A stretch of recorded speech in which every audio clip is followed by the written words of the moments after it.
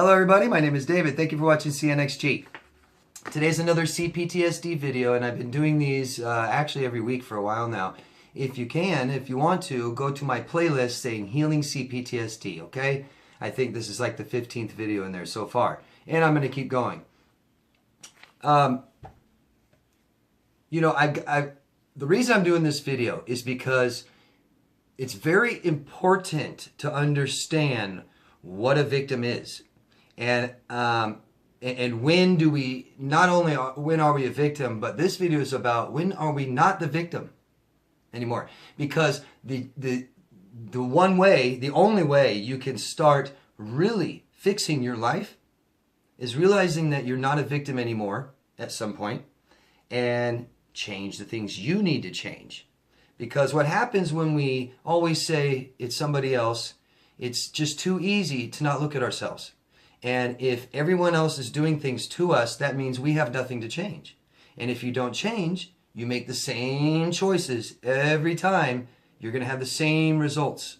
And that's why people that come talk to me in their 40s and in their 50s and their 60s can't figure out what's going wrong, but they keep making the same choices, okay? So, first thing to do, when you're abused, you need to acknowledge this. A big problem for us is not even realizing we're being abused. We all know about physical abuse and mental and sexual and stuff like this, but emotional abuse is never spoken of. A lot of people don't understand it. A lot of people don't even know what emotions are, things like this. A lot of people don't realize they have emotional needs that need to be met. So that is something very important to clarify, something very important to validate for yourself. Have I been abused? Okay, if you've been abused, then you're a victim. A lot of people like to argue about, no, you're not a victim. Well, I'm sorry, but if someone hits you and hits you and hits you and you can't escape and you can't get out, that's victim, you know what I mean? Emotional abuse is the same way. Emotional abuse psychologically breaks you down. People that are involved in emotional abuse usually grew up with some kind of emotional neglect and abuse. Don't realize it's going on, okay?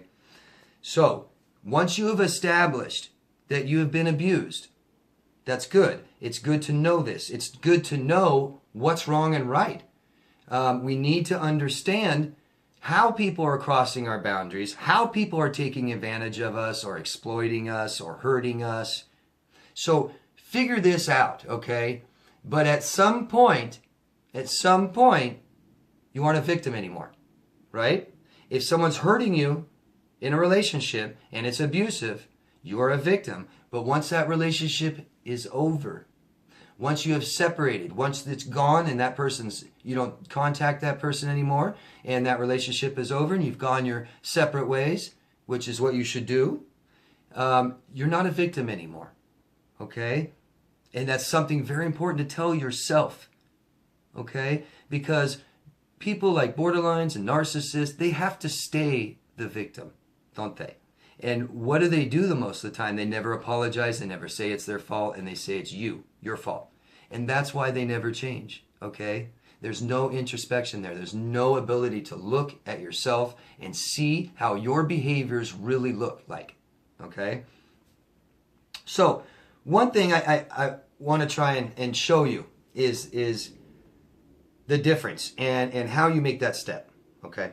So, I have people tell me all the time, and you guys know this, okay? But listen, say someone tells me, someone else, not you, say somebody else comes to me and has their story, but, the story they tell me, that's a good thing to do. But what I'm talking about is when they start telling me how bad this person was to them, okay? It's never about one day or one moment, okay?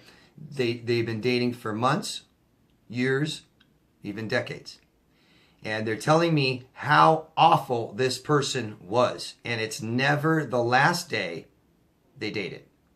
Okay? It's always throughout the relationship. And I understand that it takes a long time. And let me tell you, very extremely common for us as survivors of this to look back and say, this relationship didn't turn sour for a few years. That's impossible.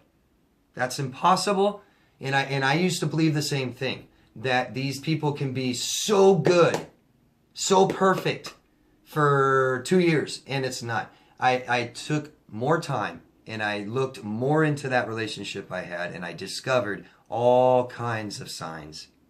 Signs that I would have seen today now and I wouldn't ignore. Signs that I couldn't ignore. Signs that would make me do a 190 and leave, okay? Or 180. So people come to me and they tell me how bad their abuser was. They tell me the horrible things they did to them. They tell me how sick this person is, how disgusting this person is. They tell me how mean they were. They tell me how cold and distant and not loving, and the games they played, the mental, emotional games they played, and how they went and told everyone how horrible they were and literally ruined their life and took their job away from them and took their kids and all these things. Okay? And I believe it. I already know. I know people like this exist. Okay? But healthy people do not fall in love with people like this. Healthy people do not come to me and tell me that they're in a relationship for months or years and that these people are this bad to them. Like I said, it wasn't the last day of their relationship. We stayed. We put up with it. Mostly, we didn't even see it. We didn't understand. Because all the other videos I've made, you guys, from our childhood, that should make sense. A lot of the stuff we seen and felt and took when we were children, and we kept doing it as adults, and we didn't realize it was so bad. Okay? But you have to realize if this person is this bad, this gross, this sick, you were in love with them. Okay? You were in love with them. And it's not your fault. I'm not looking down on anyone that did this. I did this, and you know, it's simply having awareness, introspection, looking at yourself. So let's go down victim road. You know, if we decide to stay a victim, remain a victim, and always say that this person did this to me, and that person did that to me, and this person ruined my life, and stuff like this, okay? What does that do? How does that help us? How does that serve us? Where does that go? The victim road. So we get attention. We do. We get attention by being the victim and telling people they victimize us. We will get some sympathy. We'll get people that feel bad and say, I'm sorry, and pity, stuff like this, okay? That's not such a bad thing when we go through something very horrendous. It's nice to have that. It's nice to see that the whole world isn't like this person, that people understand and care, okay? It can be good for us. It also gives us an excuse, doesn't it? If you're a victim, you can be excused for some of your own behaviors. Because we did that as well, didn't we? To borderlines, narcissists, psychopaths, sociopaths, histrionics, we excused a lot of their behavior because they were victimized as children, right? We feel sorry for them and we excuse it and we say, well, they were beaten as kids, so I understand why they hit me.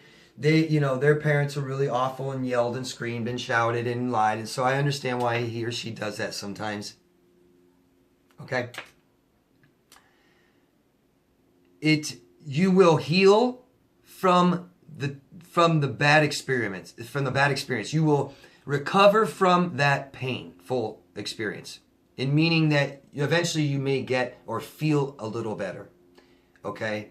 That's it. It will not go any further. And if you remain that victim, then you will keep being victimized.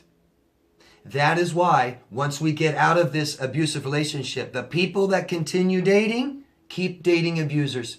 Keep dating abusers. Keep dating abusers. The people that take a break from dating and realize, I don't know how to date. I don't know how to have a sexual relationship. I just had failed relationships. So I'm going to wait and see what's wrong and fix it before I do this again. And you have to, because you can't keep having failed relationships. You can't do that.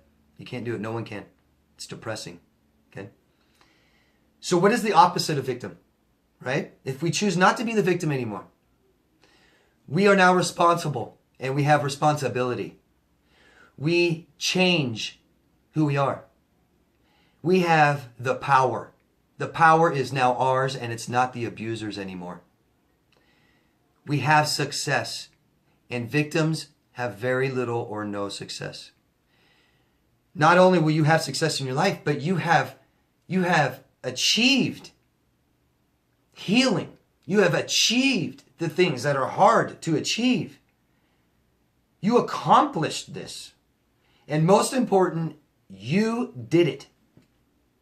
Okay? Very, very empowering to recover from this and know that you did it. Because I'll tell you something, guys. Nobody can do this for you. So if you're waiting for someone to do this for you, if you think it's all about the right person to help you, you're wrong. You're wrong. Having someone that helps you, that supports you, and you trust is a must to have. It's a must. But that person is not doing it for you. If you wait for them to do it for you, you will never get better. You have to do it yourself, okay? All right. So, how do you switch from sick to unhealthy? You change. You have to change. Change what? Change your behaviors, right? Change your choices. Change your decisions. That is the question. This is internal, not external. If you look outside for change, it'll never happen. Look inside for change, okay? Focus on you. You will never get any more answers from your abuser, okay? Never. If you are going to look at your abuser for answers, for validation, if you want them to own what they did and admit it and tell you sorry and then fix it, good luck. You don't have a 1% chance of that happening. It's not going to happen. And if you are doing that, you are now abusing yourself. The abuse has stopped and you are continuing it. And you are sabotaging yourself because you will never get better that way. You are abusing yourself. You are taking over for the abuser. Okay? This is a reaction, and not everyone reacts the same way, and you don't have to react this way. Okay? You don't have to. Trust me. It's not necessary. Not everyone reacts this way. It's not as hard on everyone as it is for you. And that is okay. But let's make it a goal to start reacting better. Let's make it a goal to not put up with this stuff, to identify what's wrong and to work on being right. Okay? So what is yours? Instead of wanting your abuser to accept and fix it, you have to identify it, see it, accept it, and say, I must change this. The real difference between us and them is doing it. Is doing it. Okay? Don't keep abusing yourself, guys. Looking at Facebook, at their Facebook when the relationship is over and you're saying that they abuse you, looking at them, wondering what they're doing, holding on to hope, thinking about them and ruminating, thinking about them sexually. I know people think about them when they're masturbating. I know people think about them when they have sex with other people. You can control this. This isn't going in your head. You're allowing it. People hold on to hope. Okay? So they tell me I'm over this person. I'm totally over this person. I don't care. But they keep looking at their Facebook. They keep talking to them. If you're saying this person abused you and you're communicating with them, how can you tell me there's nothing wrong with you? Okay? Because we have to do this to change it. If you don't know what's wrong, you can't change it, guys. And I hope this makes sense, okay? This is not an easy thing to do, especially after we've been victimized. And it's maybe not something you have to do right away. If you've been victimized, be a victim, suffer, go through the process, go through stages, learn what actually happened, learn how wrong it really was. And so you can stop this, so this doesn't happen again. Okay, but if you stay in victim mode, if you stay in a victim mind frame, you will always be a victim. Other people will victimize you. You tell yourself, I am not a victim and I will never be a victim again. And nobody will ever victimize me again. Or, I'm a victim and I will always be a victim. Okay? I hope that makes sense. I hope you guys understand that. I by no means am not having empathy or sympathy. I'm doing this because I'm empathetic and sympathetic towards your pain. I want it to stop, and I don't want this to happen again to you. Okay? So, I put the information out there. Reach out for support. Get professional support.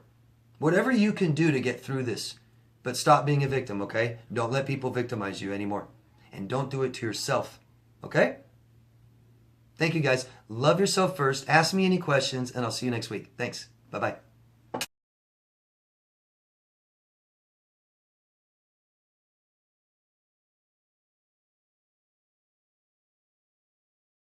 Danny Dog Productions.